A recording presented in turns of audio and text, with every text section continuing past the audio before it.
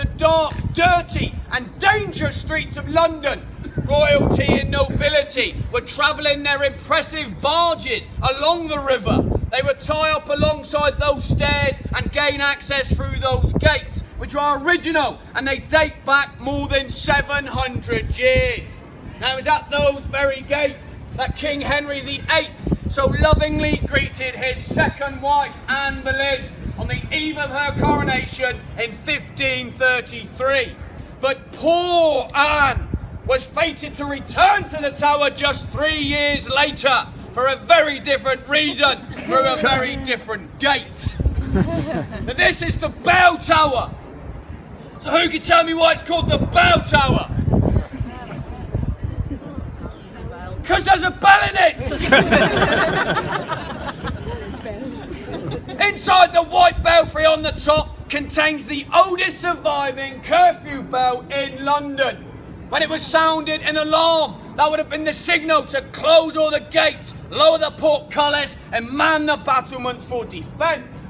Nowadays, it is sounded at the end of each day to warn all visitors that the Tower grounds are now closed. If you hear that bell, it does mean, get out!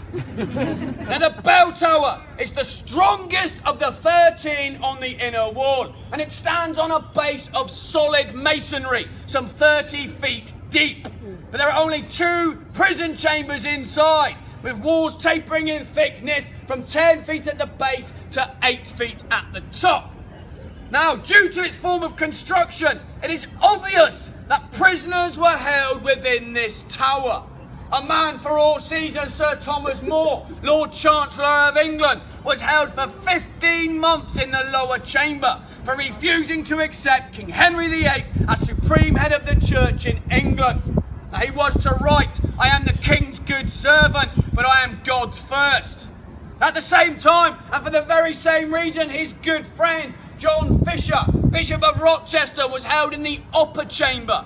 But both men were to suffer terribly, but neither could be persuaded to abandon their Catholic beliefs. And so they were finally let out through those gates and up onto Tower Hill, where they were publicly beheaded as traitors in the summer of 1535.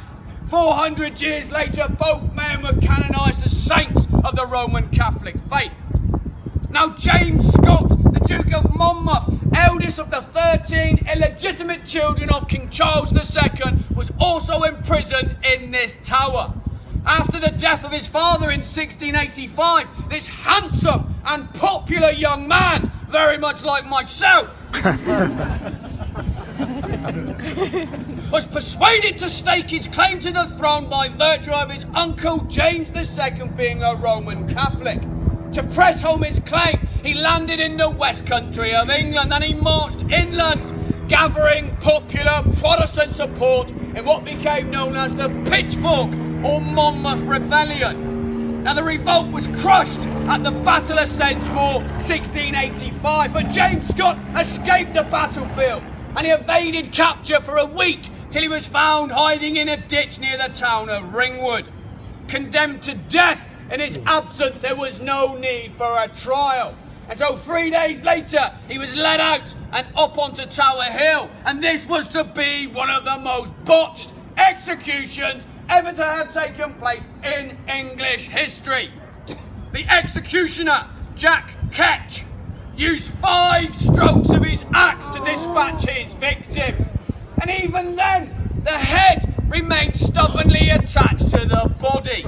So Ketch pulled a butcher's knife from his belt and he proceeded to cut through the remaining skin, tissue, sinew, flesh, arteries, veins. Blood sprang across his face, down his hand, making the knife slippy. He continued to slice through the spinal cord. Slicey, slicey, slicey! Are we there yet? Slicey! He finally removed the head from the body, but strangely, both the body and the head were brought back inside the tower where they were sewn back together before burial in the Chapel Royal of St. Peter ad Vincula some 24 hours later. Now, enough of this blood and gore.